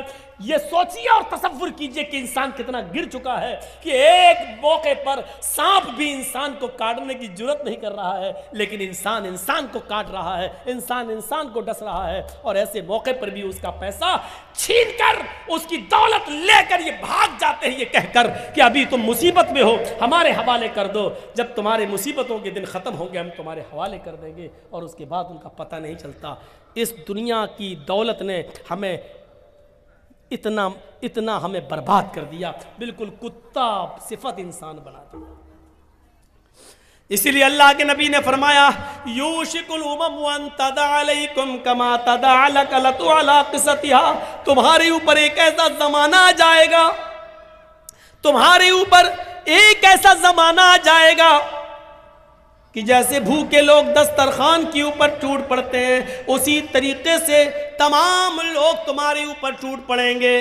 सहाबा सल्लल्लाहु अलैहि नबी कह रहे हैं, जैसे भूखे लोग दस्तरखान के ऊपर टूट पड़ते हैं, वैसे ही दुनिया, सारी की सारी दुनिया तुम्हारे ऊपर टूट पड़ेगी। आप देख लीजिए, ये टूटना ही तो है, ये टूटना ही तो है। पेट्रोल 100 के पार, डीजल भी उसी के मुकाबिल, गैस सिलेंडर की कीमत, सरसों के तेल की कीमत, ये सारी कीमतों को आप एक तरफ रखिए, लेकिन इसके बावजूद हम परेशानियां उठा लेंगे, सब कुछ बर्दाश्त कर लेंगे, लेकिन वोट हम उन्हीं को देंगे। ये क्या है? तसल्लुत देखिए। वो जहर घोलने में कामयाब हो गए और सबको एक प्लेटफार्म पर ले आए। हम यही ढूंढते रहे कि हमारा कौन है, हमारी आवाज कौन उठा रहा है, हमें हक कौन दिला रहा है। तुम हक की बात कर रहे हो, अपना वजूद बचाने की फिक्र करो। अब तो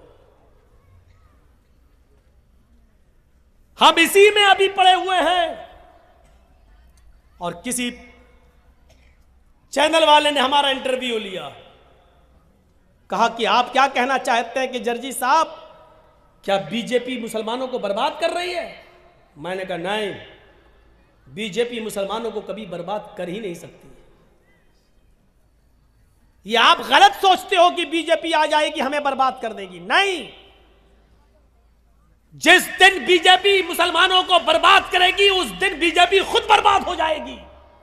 यह सोचो, बीजेपी कभी मुसलमानों को बर्बाद नहीं करेगी, क्योंकि जब मुसलमान बर्बाद हो जाएंगे तो फिर वो किसके नाम पर हुकूमत करेगी? वो मुसलमानों को बाकी रखेगी, वो मुसलमानों को बचाएगी, वो मुसलमानों की हिफाजत भी करेगी, क्योंकि इन्हीं को रुस्वा करके, इन्हीं मुसलमानों को बदनाम करके उसको हुकूमत चलाना है। वो मुसलमानों को बर्बाद नहीं करेगी। मुसलमानों को बर्बाद करने के बाद फिर वो हुकूमत किस पर करेगी? उसको हुकूमत में बाकी रहने के लिए मुसलमानों को बाकी रखना जरूरी है। इसलिए आप ये तसव्वुर मत करिए कि हमें बीजेपी बर्बाद कर देगी। नहीं, परेशान करेगी, बर्बाद नहीं करेगी।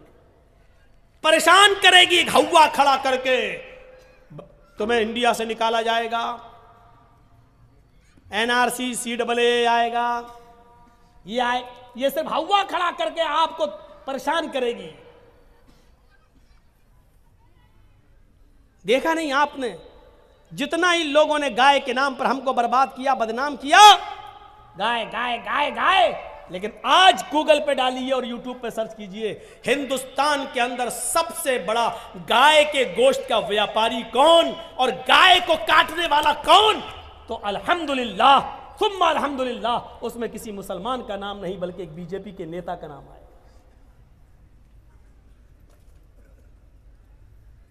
ये सिर्फ हमें बदनाम करते हैं, गाय गाय गाय। अल्लाह ताला ने ऐसा कर दिया कि लो पियो गाय का पेशाब और खाओ गाय का गोबर। ऐसी जगह पहुंचा दिया है कि तुम मुसलमानों से गाय गाय गाय करते हो। पढ़ो, अभी हमारे यहां एक इलाके में मोदी जी ने क्या कहा था, जो पशु दूध नहीं देते यानी बैल, वो उनकी के गोबर को भी इतना कीमती बना देंगे कि लोग उसको सड़क पे पड़ा होगा तो उठा के अपने घर ले जाएंगे, उससे भी पैसा आएगा। मशीन, पता नहीं रात में सपने में कौन बताता है हमारे देश के चौकीदार को, गोबर से भी पैसा आएगा। हम 5 साल इंतजार करेंगे कैसे आता, देखेंगे। तो ये हालत है हमारी, टूट पड़ेंगे सारे लोग तुम्हारे ऊपर। साहबा ने कहा क्या उस वक्त हम तादाद में कम होंगे? अल्लाह के नबी ने फरमाया नहीं, उस वक्त तुम तादाद में कम नहीं होगे, तुम्हारी तादाद बहुत ज्यादा होगी, लेकिन बेकार। जैसे समंदर में कूड़ा करकट पड़ा होता है, लहर आती है, मौज आती है, कूड़ा करकट को भगा ले जाती है, ऐसी दुनिया की सारी कौमें तुम्हें जहां चाहेंगी वहां ले जाएंगी, जैसे चाहेंगी वैसे नचाएंगी। बंगाल वालों, हमारे और आपके घर की लड़कियां टीका लगाती हैं, टीका, और ये चीज हमने सिर्फ बिहार और बंगाल में देखी है। ये गैर मुस्लिमों की मुशाबिहत है। आप अपने घर में अपनी बहनों, बेटियों, बीवियों से कहो कि ये टीका लगाना बंद करें, बिंदी लगाती है ये। मन तशब्बह बिकौमिन फहुवा मिनहुम, जो जिस कौम की मुशाबिहत करेगा क़यामत के दिन उसी के साथ उठाया जाएगा।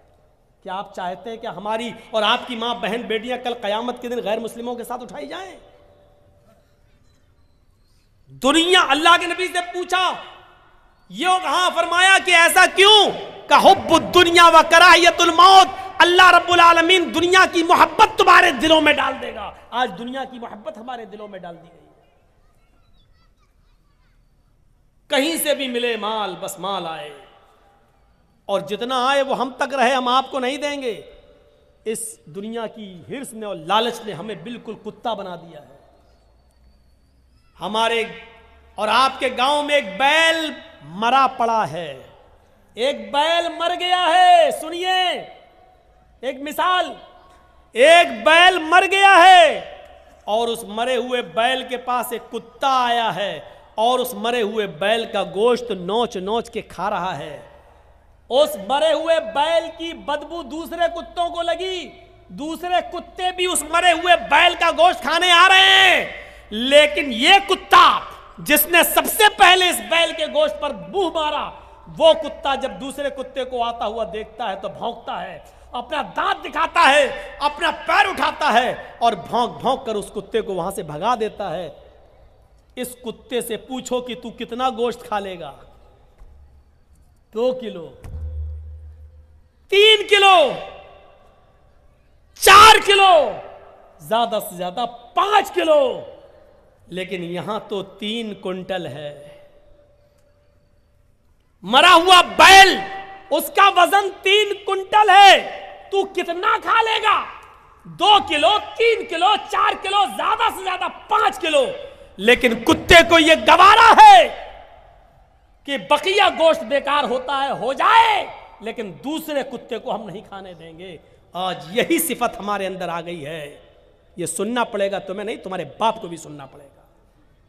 सारी दौलत हमें मिल जाए, लॉटरी खरीदी, लग गई और 5 लाख मिल गए, अब उस 5 लाख में हम किसी और को नहीं दे सकते हैं। इसको कहते हैं कुत्ता। आईपीएल में सट्टा लगाया, जीत गया 5 लाख, अब हम ही के पास रहे, दूसरे के पास नहीं। इसको कहते हैं मरे हुए बैल का गोश्त खाने वाला कुत्ता। मैं बोलूंगा ये, और इसके बावजूद जो खेलेगा वो सोचेगा कि मौलाना जर्जीस ने कुत्ता किसको कहा था। तसव्वुर करो कि हमारी हालत क्या हो चुकी है।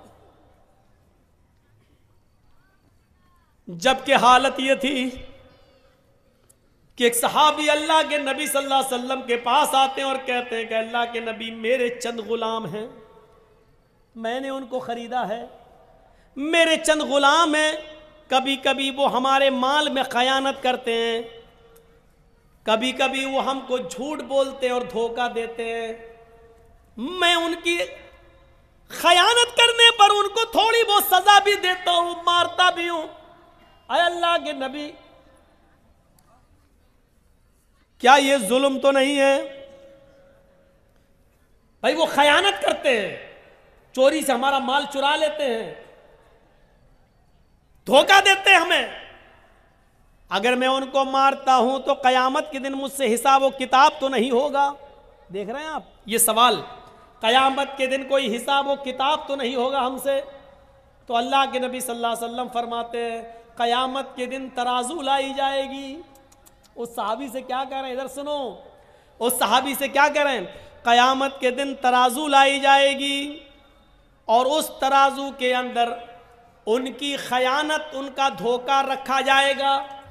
जो उन्होंने तुम्हारे माल की चोरी की है और तुम्हारा माल चुराया या धोखा दिया उसको एक तरफ रखा जाएगा, और तुमने उनको मारा है, सजा दी है, उस सजा को तराजू के दूसरे पल्ले पे रखा जाएगा। और जब तराजू उठाई जाएगी, अगर तुम्हारी सजा उठ गई और उनके धोखे का पल्ला झुक गया तो उनको सजा मिलेगी जहन्नम के अंदर। और अगर तुमने उनको मारा, अगर तुम्हारा जुल्म का पल्ला झुक गया और उनका धोखा और उनकी खयानत का पल्ला उठ गया तो कयामत के दिन तुम्हें सजा दी जाएगी। यानी तुमने उनको उनके धोखे और उनकी खयानत से ज्यादा सजा उनको दी है, तो तुम्हें सजा दी जाएगी जहन्नम के अंदर। ये सहाबी कहते हैं, आय अल्लाह के नबी, ये तो बड़ा अजीब मामला है, ये तो बड़ा अजीब मामला है। तब तो फिर पता नहीं हमारी सजा कितनी ज्यादा होगी। अब तो बेहतर यही है कि अपने आप को जहन्नम के अजाब से बचाने के लिए मैं इन तमाम गुलामों की छुट्टी कर दूं, इनको मैं रिहा कर दूं, इनको आज़ाद कर दूं। वो सहाबी दूसरे दिन आते हैं और कहते हैं, आय अल्लाह के नबी आप गवाह रहिए, मैंने अपने सारे गुलामों को आज़ाद कर दिया। ये है जहन्नम का डर, ये है हिसाब व किताब का डर जो हमारे अंदर नहीं है, होना चाहिए, हमारे अंदर नहीं है, होना चाहिए। मेरे प्यारे साथियों, उन्होंने सोचा हमने इनको जो सज़ा दी कहीं ऐसा ना हो कि इनके जुर्म से ज़्यादा हो और फिर हमें जहन्नम में डाला जाए। उन्होंने सारे कैदियों को, सारे गुलामों को आज़ाद कर दिया, सारे गुलामों को आज़ाद कर दिया। मेरे भाइयों, हजरत उस्मान गनी ने अपने गुलाम का कान मरोड़ा। एक दिन कहने लगे, इधर आओ, मैंने एक दिन तुम्हारा कान मरोड़ा था, आज तुम भी अपना बदला ले लो, कयामत के दिन में बदला नहीं दे सकता। उस गुलाम ने कहा, नहीं आप आका हैं, आप हमारे मालिक हैं, हम आपसे बदला नहीं लेंगे। अमीरुल मोमिनीन ने कहा, नहीं नहीं तुम्हें इंतकाम लेना होगा। इन्होंने कहा, तुम मेरे मालिक हो, मैं कैसे इंतकाम लूँ, आपको कैसे कान मरोड़ूं। हजरत उस्मान गनी कहते हैं, जाओ, मैंने तुम्हें आज़ाद कर दिया, आज के बाद तुम मेरे गुलाम नहीं हो, क्योंकि इस तुम रहोगे मैं फिर किसी गलती पर तुम्हारा कान मरोड़ दूंगा। ऐसा ना हो कि क़यामत के दिन अल्लाह रब्बुल आलमीन मुझे इसका भी हिसाब देना पड़े। उन्होंने अपने गुलाम को आज़ाद कर दिया। मेरे प्यारे साथियों, एक सहाबी वो थे जो नमाज पढ़ने लगे और नमाज ही के अंदर उनका ख्याल उनके बाग में चला गया। मेरे बाग में कितने खजूरों के पेड़ हैं, ये खजूरों के पेड़, जब खजूर पैदा होंगे तो बाजार में इतने इतने का खजूर बिकेगा, हमें इतना प्रॉफिट होगा। ये पढ़ते गए, ये सोचने लगे और रकात भूल गए, रकात भूल गए। 4 रकात वाली नमाज या तो 3 पढ़ ली या 5 पढ़ ली, भूल गए। वो आए, कहने लगे कि अल्लाह के नबी सल्लल्लाहु अलैहि वसल्लम ऐसा हो गया है। आपने कहा हो जाता है, कभी कभी भूल चूक हो जाती है।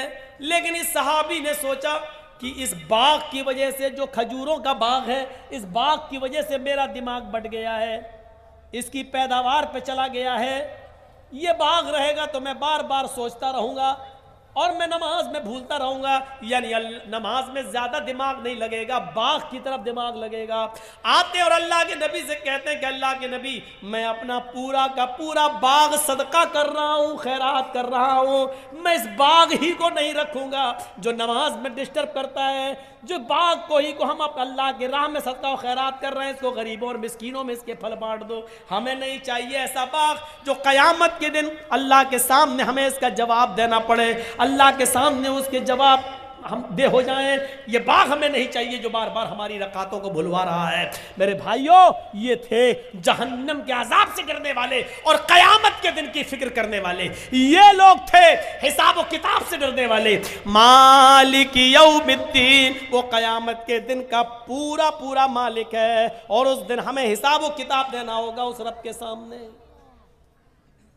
1.25 घंटे की इस तकरीर के बाद, कल तो मुझे 10:30 बजे टाइम मिल गया, आज मुझे 11:30 पे आपने टाइम दिया, जबकि कहा यह गया था कि 11 बजे दे देंगे, लेकिन फिर भी लेट कर दिया।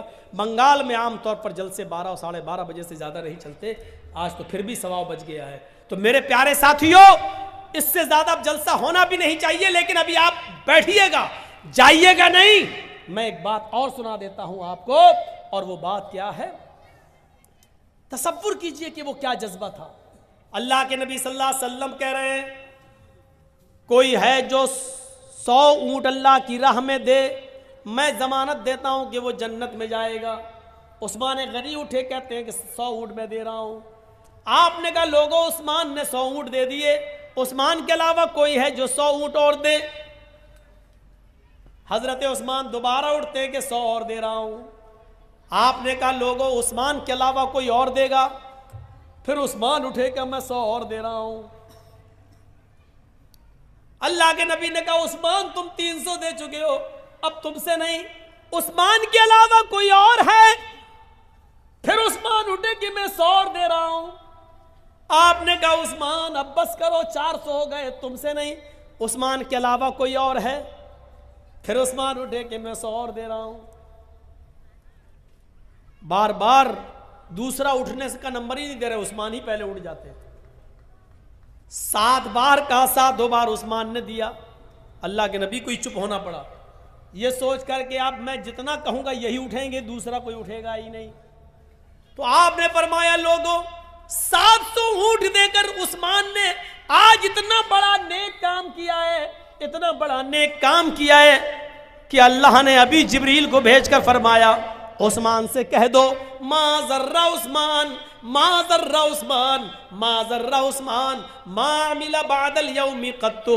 आए उस्मान, आज के बाद अगर तू एक भी नमाज ना पढ़ेगा, एक भी नेक काम नहीं करेगा, फिर भी अल्लाह तुझे जन्नत देकर रहेगा। इतना बड़ा नेक काम, सदका और खैरात का मामला देख रहे हैं, इसी से तो जन्नत मिलती है। मस्जिद नबवी जब बनकर तैयार हुई तो शायद आप ना जानते हो, मैं आपको बताऊं, मस्जिद नबवी बनने के बाद 4 महीने तक अंधेरे में नमाज हुई।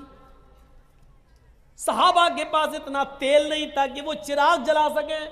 मगरिब की, ईशा की और फजर की नमाज भी अंधेरे में पढ़ी जाती थी। 4 महीने तक उसमें चिराग नहीं जला। एक दिन अल्लाह के नबी ईशा की नमाज पढ़ाने के लिए जब मस्जिद नबवी में गए तो क्या देखते हैं, रोशनी आ रही है, चिराग जल रहा है। आप जब मस्जिद के अंदर गए तो सारे सहाबा सफ लगाए बैठे हैं, चिराग की रोशनी में सहाबा के चेहरे दिख रहे हैं। आपने पूछा किसने चिराग जलाया? हजरत तमीम दारी उठते हैं, कहते हैं अना या रसूल अल्लाह, मैंने। अल्लाह के नबी, मेरे पास कुछ तेल ज्यादा आ गया था, मेरे घर का खर्चा चल गया, बाकिया तेल में ले आया। अल्लाह के रसूल, चिराग जल गया, अब इंशाअल्लाह कई दिन तक चिराग जलता रहेगा, क्योंकि जितना जायद तेल था वो मैंने मस्जिद में लाकर दे दिया। आपने नमाज पढ़ाई उस रोशनी में, और चिराग की रोशनी में नमाज पढ़ाने के बाद जब आप खड़े हुए नमाज के बाद, तो आपने कहा लोगों, तमीम दारी ने आज मस्जिद में तेल लाकर चिराग जलाया। आज तमीम दारी ने सिर्फ इस मस्जिद को रोशन नहीं किया, इस मस्जिद को नहीं चमकाया, कद नव्वरतल इस्लाम, आज तमीम दारी ने पूरा इस्लाम चमका दिया है, आज पूरे इस्लाम को रोशन कर दिया है, आज पूरा इस्लाम जगमगा गया है। एक चिराग जलाने की वजह से अल्लाह के नबी ने कहा पूरा इस्लाम जगमगा दिया है। गौर करो कि आपके यहाँ जो मस्जिद बन रही है, जो सहन बिछ रहा है और जो लेंटर पड़ रहा है, इसमें अगर आप ताउन देते हैं तो कितना बड़ा सवाब होगा, कितना बड़ा कार्य खैर है। होना तो ये चाहिए कि जर्जीस साहब ये कहें, है कोई जो पूरा का पूरा खर्चा उठाने के लिए तैयार हो, और एक आदमी उठे और कह दे कि मैं देने के लिए तैयार हूं, और मैं ये कहूं कि आप इनसे नहीं दूसरे से कह रहा हूं, कोई और है जो इतना दे, और फिर वही आदमी उठे और कहे कि मैं और इतना दे रहा हूं। जर्जी साहब चढ़ाओ नहीं, हम चढ़ने वाले नहीं हैं। हम कहां चढ़ा रहे हैं? हमें मालूम है कि हमारा ईमान वैसा है भी नहीं, हम जानते हैं कि उस तरीके का ईमान है भी नहीं हमारे पास, और हम चढ़ने वाले भी नहीं हैं। इसलिए मैं किसी एक को मजबूर भी नहीं कर रहा हूं। आपसे मेरी गुजारिश ये है कि अपनी इस्तिताअत के मुताबिक जो दे चुके हैं वो तो दे चुके हैं, लेकिन एक सुल्तानगंज के कॉलेज मोड़ पर रहने वालों और इधर उधर से आने वालों, यकीन मानिए कि मौलवी जर्जीस 2 दिन का जलसा किसी इलाके में नहीं देता है, सिवाय कलियाचक, मुअज्जमपुर, लखीपुर, श्रीरामपुर और सुल्तानगंज के अलावा। हजारों लोगों ने मुझसे 2 दिन का प्रोग्राम मांगा, लेकिन मैं कहीं 2 दिन का कंटिन्यू प्रोग्राम नहीं देता हूं। आप लोगों से मोहब्बत ही मुझे ऐसी मिली है।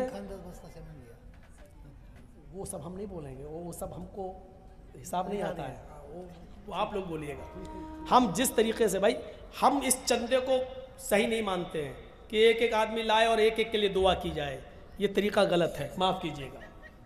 हम इस तरीके से ना किए हैं ना हम कर पाएंगे। हम तो सिर्फ इतना कहेंगे कि आपकी से जो मोहब्बत हमें मिली है, दो दिन का, ये हाजी साहब हमारे पास आए, हम पहले इनको एक ही दिन का प्रोग्राम दे रहे थे, जिद करने लगे तो हमने कहा चलो 2 दिन का। सिर्फ इस इलाके में आपका प्यार, आपकी मोहब्बत मुझे 2 दिन रहने पर मजबूर करती है। अब आपकी मोहब्बत मैं देखता हूं कि कितनी है मेरे साथ, आप कितनी मोहब्बत करते हैं मुझसे। आपने मौलाना मजहर साहब के हाथ में क्या दिया, काहिर साहब के हाथ में क्या दिया, मैं नहीं जानता। मेरे हाथ में आप कितना देंगे ये मैं देखना चाहता हूं। जो मोहब्बत मुझे है आपसे, वो आपको भी मुझसे है या नहीं, ये मैं देखना चाहता हूं। और मेरे पास दुआ की उम्मीद लेके मत आना, आप दिल में खुद नियत कर लेना किसको सवाब पहुंचाना चाहते हो। आपको आपकी दी हुई रकम पर सवाब मिलेगा। अगर आप बाप की तरफ देना चाहते, बाप को सवाब मिलेगा। माँ के लिए देना चाहते, माँ को सवाब मिलेगा। बीवी की तरफ से देना चाहते, बीवी को सवाब मिलेगा। मेरी दुआ की जरूरत नहीं, आपके नियत की जरूरत है। अल्लाह के नबी के जमाने में कुछ लोग चुपके से दे दिया करते थे ताकि किसी को पता ना चले, तो क्या उनको सवाब नहीं मिलता था? उनको भी सवाब मिलता था। तो आपको का जज्बा देखना है। अब यूट्यूबर वालों अपना मोबाइल हटा लो, नहीं टूट जाएगा, जल्दी से हटा लो। और अब मुझे ये देखना कि आप मेरे हाथ पे क्या लाते हैं। मैं